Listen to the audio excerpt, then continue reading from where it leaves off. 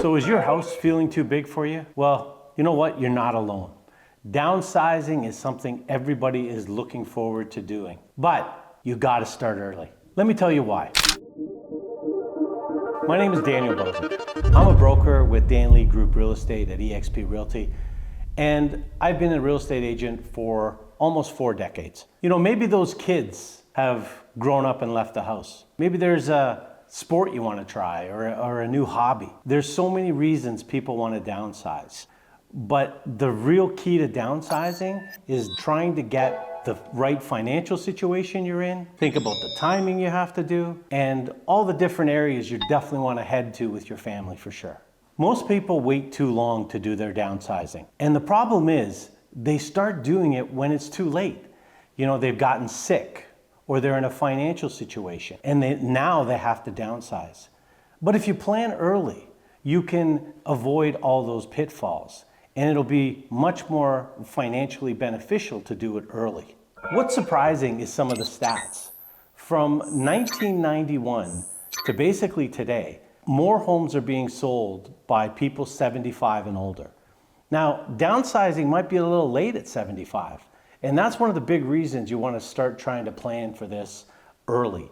And start talking to your financial planner, talking to your family, talking to your kids even, and see what the best options are. Starting early gives you a bunch of things. Think about it. You can pick the area you want to live. You can figure out how much money you're going to have, and you can figure out exactly what you want to do. The options are limitless. And one more important thing is the emotional side of downsizing. Try not to forget about that. Especially if you lived in your home for 20, 30, if not, maybe even 40 years. You have so many memories. The emotional part of it can be very, very detrimental. But if you plan early, you can work that emotional end and you'll get excited about where you're headed to. You'll get excited about what you're going to be doing in the future. So planning early is probably the most important thing that you want to do. So what's the next step? Well, first and foremost, like I said before, talk to your family. Second, start doing some research. Think about different areas you want to live. Depending on where you live now in the Golden Horseshoe, you may want to go out towards Niagara Falls. You may want to go out on the other side of Toronto. It all depends. So start doing that research. And then start talking to a financial planner and see what they're saying about the finances, how much money you'll be able to pull out, how much interest you can make. And then talk to a realtor.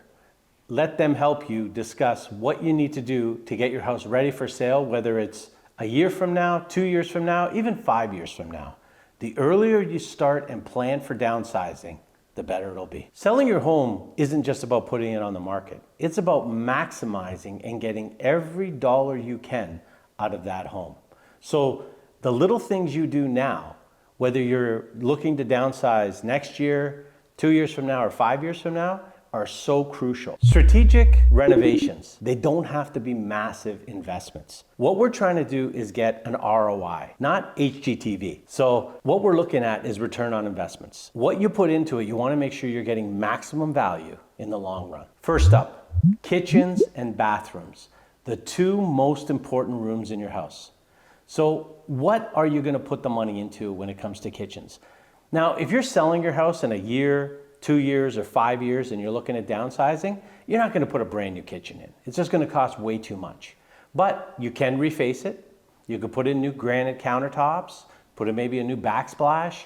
Even putting in new handles and knobs is amazing what a difference it makes. Look at your appliances. Are they old? Are they ratty? Maybe you need to upgrade them.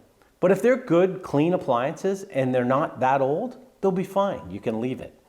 What I always say about renovating your kitchen is look at your kitchen. If it's not broken, don't worry about fixing it. Just make sure it's clean, there's no cracks and no breaks. And then fix whatever needs to be fixed and then make sure everything has a fresh coat of paint and you'll be amazed at what it adds to the value when you're going to sell it. Same thing with the bathroom. Go through your bathroom. Think about what you need to do to make that bathroom look as magazine quality as you can get. Is the toilet old? Does it need to be changed? Toilets aren't very expensive. Putting a new toilet in can make a big difference. Putting some new taps in makes a big difference. Just putting a fresh coat of paint on the walls will make a massive difference, and you'd be amazed at what the return on that is. Buyers decide in seconds if they're going to buy a home. Trust me. This is one part of putting money into your house that people really neglect, and that's the landscaping. When you pull up to a house, the most important thing that you have to think about is that curb appeal. Just putting some plants in the front. If your front door is ratty or doesn't look that great, the handle's broken, little things like that will make such a huge effect on that buyer. They will literally look at a house, and if they don't see it nice from the outside, that attitude they have drops. So now you have to resell them when you get inside. So put a little bit of money into the outside, a little bit of elbow grease, as it were. Fix those flower beds. Make sure there's no holes or patches in the grass. The cracks in your pavement or your walkway, make sure they're fixed. The railing going up the steps isn't broken. All those little things are a huge return on investment. The next major thing you want to look at is inside the house, once you're past the kitchen and the bathrooms, is look at each room inside the house. Go to the bedrooms, see the color of the paints. If there's any bright colors, if you had kids at home and you're downsizing and they still have the red walls and the black ceilings, you definitely want to get rid of those. It'll be so important for you to paint them a nice flat color, and that's really important. And then even the decluttering, all the extra furniture you may have and things like that inside those rooms, if you're not using them, try and get rid of it. And try and make each room as simple as possible so they feel bigger than they are. Those are really important things you want to do to get your house prepared over the next couple of years. And really, that's an invisible game changer. That decluttering that we just talked about is very important. That's why you always want to think about maybe calling in a decorator or a stager, and almost every realtor will offer you that for free. There's no charge in it. They'll take care of that, and they'll send you in a stager to give you a quick consultation and what you need to work on. And they'll give you like a list. And that'll be so important for you to be able to do those little things. And it will help you excel on getting that house ready for sale over the next while. Make sure you know your area. You don't want to over upgrade your home. If you're in an area where houses aren't selling for crazy amounts of money, don't put in granite counters. Don't put in the extras that's going to cost you too much money, because you really won't get it. But on the other hand, if you're in a neighborhood where the neighborhood demands a higher price and you know the quality of homes are much better, then it may be worth investing a little bit more, because you will see that return on investment. Again, these are all things that you want to sit down and talk with a stager, designer, and your realtor and figure out what is the best areas to put the money into that you know you're going to get the best return on. So renovating before selling, it definitely can be overwhelming. But again, the earlier you start and the more you plan, the better it'll be. Downsizing isn't about just changing your living space. It's about changing your lifestyle. So when you're downsizing, the financial end of it is probably even more important than where you're going to live or what you're going to move into. As we go over each of the things today that are crucial in downsizing, all the different numbers, you're going to understand exactly what you're going to be left with and what you're going to have to enjoy the rest of your life, which is so important. First, and probably the largest fee you're going to pay when you sell, is going to be the real estate commission. There's going to be a commission for the selling side, and there's going to be a commission for the buy side. Now, most commissions are around 5%, but again, commission is negotiable. So don't ever let a realtor say that this is the price and this is what you're going to pay. Number two is legal fees. You're going to have to get a lawyer in this transaction, of course. They will do the closing of your house and the purchase of your new house.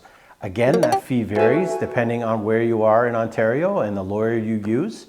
And those fees can be as low as $1,000 for each side, and they can be a couple $1,000s for each side. So very important to call around, talk to lawyers, get some estimates, and figure out that number and write it down in your process of figuring out prices.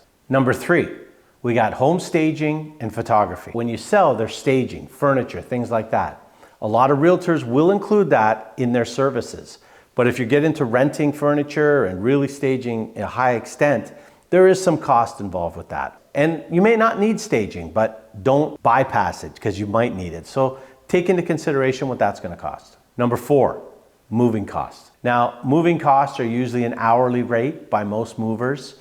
and they will charge you a storage fee if it's overnight. Make sure you use a reputable mover.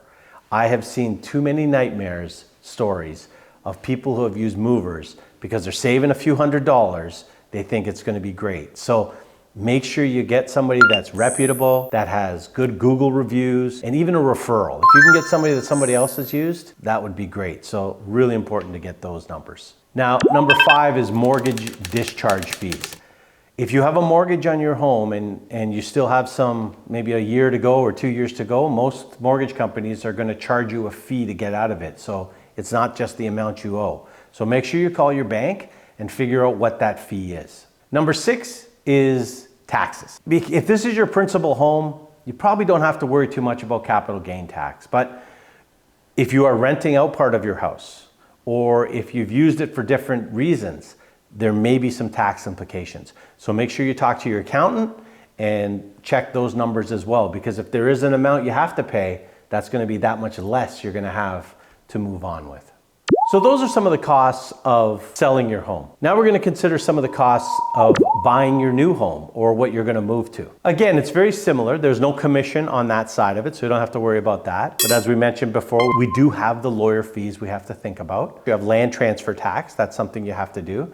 And if you just go onto Google and type in land transfer tax, you can punch in the price of the house that you're buying, and it'll give you that number. So it's a scale that you can use, and it's very simple to figure out, and it'll give you exactly what you have to pay in land transfer tax. So that's an important number that you have to figure out as well. Depending on your age and what your situation is health-wise, think about what you need to do to the house you're buying. If you have some mobility issues and you have to renovate the home, take that into consideration. The Ontario government does have some rebates and some money that you can get and apply for as a senior. So that's something to look into as well that would save you some money. So those are areas that you definitely want to look into the cost of those. You know, it can get a little overwhelming going over all these costs. You know, even when you buy, you've got home inspection, you may have some tax issues, you've got accounting people to talk to, and you're welcome to message me or ask me, and I can definitely send you a copy of a full list of all these items. And I think it would be really helpful to go over all those. For most people, especially 55 and older that have lived, brought up their children in a home, they've been there for a long time, you know, it's more than just brick and mortar. You know, you've got memories there. So when you go to sell this house, it's gonna stir up emotions that you will never have. You're gonna cry, you're gonna laugh. The emotions will be up and down.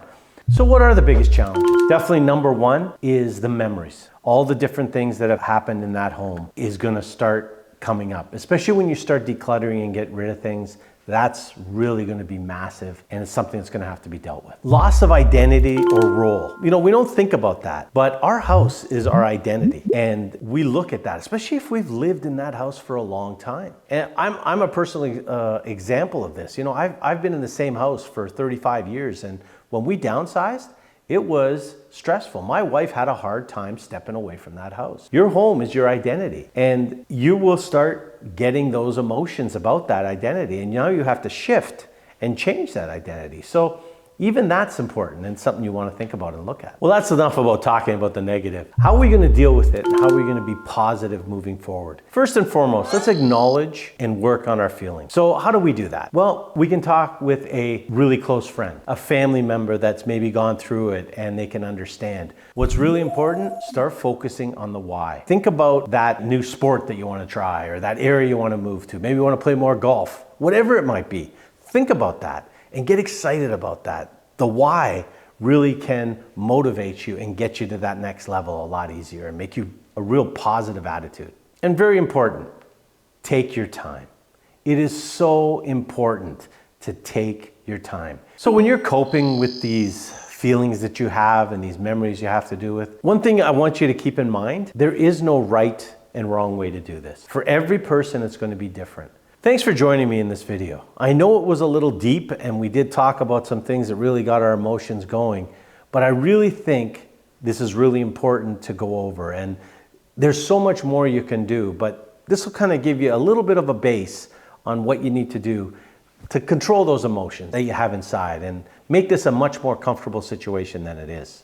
You've done all the hard work now. You've decided to downsize, you've got your house ready, you've sold, you're moving on. Now we're gonna get to the logistics of it. What do we need to do? So now what we wanna do is we wanna create a master plan. And this has to be done at least 2-3 months before you actually make that move. We have to go through all the different things you need to do to move to that next property or next home that you're gonna get. Once you have that master plan, you have to declutter and start going through room by room, things you wanna keep, things you wanna sell, and things you wanna toss. And the next thing you wanna do is you wanna get those movers. So as we talked earlier about those movers, very important to interview them and set those dates. The earlier you can set that up, the better. I would say a minimum of 2 months before you actually make that move is where you wanna be.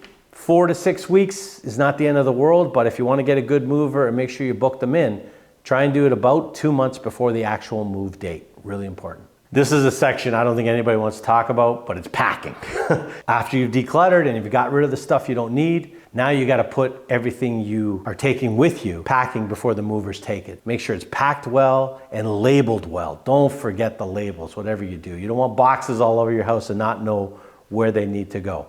And this has to start getting done probably, I would say, 4 weeks before the move, because the longer you wait before, it's going to get more stressful. So now you got your utilities and your change of address and things like that you have to do. Now this needs to be done probably a week to 2 weeks before the move. Your credit cards, government things that you have mailing, your driver's license, and where you're moving from, you want to cancel those things. And don't forget your internet. A lot of people forget about their internet and things like that, and they get to their new place and they don't have any internet or TV, and they gotta wait a week or two. And if you want that, just message me and I have a complete list of all those things that you're gonna want to do to change that address and get those things ready.